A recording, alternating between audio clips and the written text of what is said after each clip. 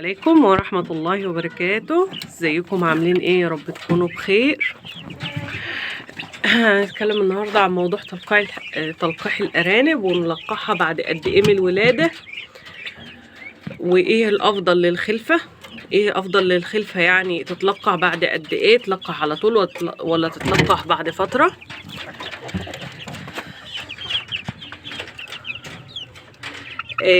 الأرنبة اللي هو ذكر، اللي هو ده الأرنب اهو ان شاء الله. ودي الأرنبة دي كانت من فترة كده والدة، يعني اللي أنا كنت مفكراها حامل وطلعت مش حامل. احنا هنا هنلقحها. الأرنبة دي بقالها والدة، دخلت في أكتر من شهر ونص، ماشي. إنما دي والدة بقالها 15 يوم بالظبط.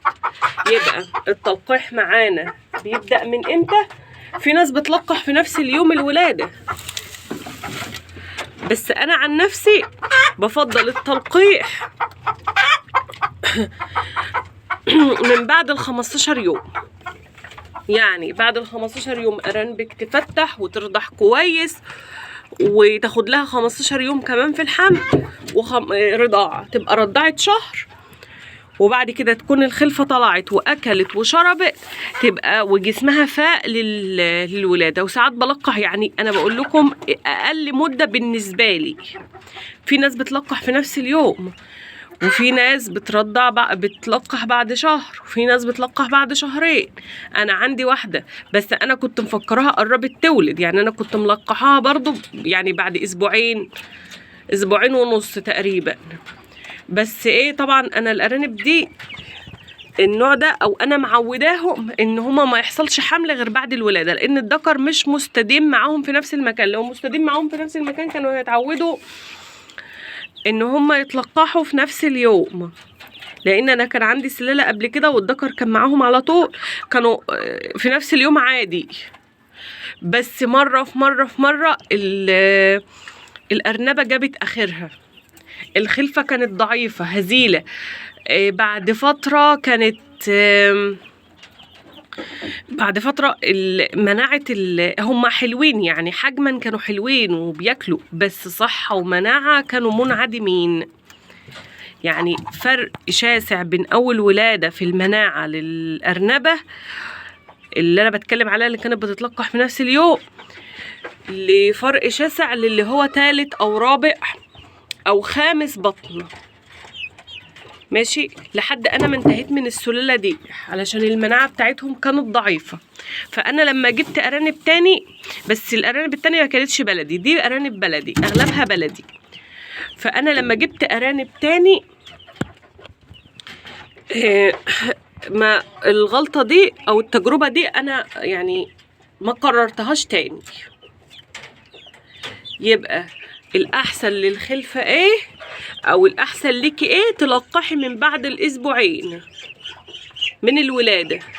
الأرنبة قبلت تمام، ما قبلتش خلاص، يعني بعد ما تفطر. ده عشان تاخدي إنتاج كويس ومناعة كويسة وسلالة كويسة وحجم كويس، ماشي. طبعا نهتم بالأكل والبروتينات والأملاح المعدنية والكلام ده كله، ماشي. يعني الأكل، يعني أنا البرسيم ده أنا مش بحطه مستديم، ممكن كل يومين، كل اسبوع مرة، كل اسبوعين مرة، بس في الاغلب او الداين معانا او الاكل بتاعه عليقة. وعلشان احنا يعني بنحاول نربي باقل التكاليف، معانا العليقة على عيش، عندك ردة شوية دشيش، بناخد كل ده على بعضه. ما عندكيش، والله انا في فترة التلقيح وفي فترة الرضاعة بحط عليقة بس، ممكن حرمشة كده، شوية عيش شوية دشيش، حرمشة مش الأساسي، شوية برسيم، عندك جزر، عندك بطاطس، عندك جزر، كلام من ده، بس الأساسي دي، ماشي. هنيجي بقى نتكلم دلوقتي عن، احنا اتكلمنا كده نلقح بعد ايه، وايه الاحسن لينا والاحسن للخلفة، وناخد مناعة كويسة ازاي، ونأكل ايه. عايزين نتكلم بقى عن حاجة كمان، اهم حاجة الحقنة اللي بعد الولادة، اللي هي المضاد الحيوي يا جماعة. علشان التسمم. مرة في مرة بتلاقي الأرنبة اتسممت، مرة في مرة. مع الحقنة دي بيبقى في حقنة للبن. طبعا لما بتلقحي بدري لبن على لبن بتضيعي الأرانب منك، يعني الأرنبة بتبقي استهلكتيها، بمعنى كلمة استهلكتيها، ما بتلحقش تنشف من اللبن، فتكون لبن ازاي؟ انت بتستنزفيها. فالطبيعي ان احنا نصبر عليها في موضوع التلقيح بعد الولادة دي، ماشي. يبقى احنا في حقنة بقى، الحقنة دي هنتكلم عنها. الحقنة دي بتاعت اللبن اللي هي بتاخديها، بتديها لها بعد الولادة، وممكن تديها لها قبل الولادة وبعد الولادة، يعني مرتين، وممكن تديها لها قبل بس وبعد بس، على حسب. الأرانب بقول لكم الأرانب اللي أنا كنت بديها دي، جت في مرة ولقيت الأرانب بتولد، اللي كانت بتتلقح في نفس اليوم، جت في مرة عندي ولقيت الأرنبة السلاله اللي قبل دي، لقيت الأرنبة بتولد وعيالها بيموتوا، فأنا مش عارفة بيموتوا ليه. طب الأرنبة خايفة، حجزتها، ولدت لوحدها. طيب تمام، برضو نفس الحل، يوم والتاني تلاقي الأرانب بتسوي كده وتموت. طب ايه الحل؟ رحت عطيتها حقنة للبن قبل الولادة، وجيت اديتها لها بعد الولادة، رضعت ولادها وبقوا كويسين. عرفت ان الأرنبة استنزفت من كتر اللبن، وقعدت بقى خلفتين 3 وشلت الذكر من معاها. تفهماني؟ شلت الذكر من ان هو يلقحها بعد كده في نفس اليوم، لما رضعت عيالها كويس ونشفت من اللبن. يعني قعدتها يمكن 2 شهر من غير ما تتلقح، ولدت وخلاص. فاحنا يعني اللي احنا عايزين نقوله ان بلاش يا جماعه موضوع التلقيح البدري. اصل انت هتاخدي خلفه زياده، بس هتاخدي مناعه مفيش، هيموتوا منك. اي دور برد او اي حاجه يتعرضوا لها هيتنوا ميتين منك. يبقى انت كده استفدت ايه؟ واستنزفتي الارنبه وما خدتيش سلاله كويسه ولا نتج كويس ولا اخدتي اي حاجه كويسه منها. يبقى نلقح بعد ايه؟ من بعد ال15 يوم يا جماعه، ومره نلقح بعد ال15 يوم، ومره نلقح بعد الشهر، ماشي. بعد الفطام يبقى احسن واحسن ويبقى جميل. ايه تاني؟ الاكل اتكلمنا عنه.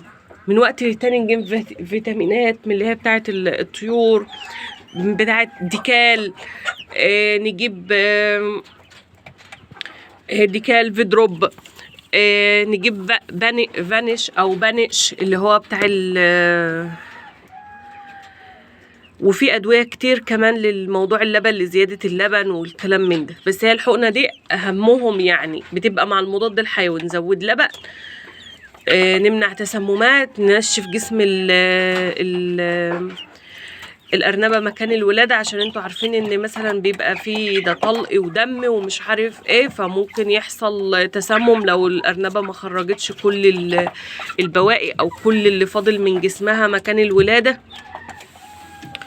كل دي حاجات معانا بتساعدنا في موضوع الخلفة او موضوع الارانب. ويا رب كده اكون قدرت افيدكم، وما تنسوناش في اللايك والشير. واللي عنده اي سؤال في اي حاجة، سواء تربية طيور بجميع انواعها او اي حاجة، يبعت لنا يكتب لنا في الكومنتات، وهنجاوب على كل الاسئلة دي ان شاء الله. والسلام عليكم ورحمة الله وبركاته.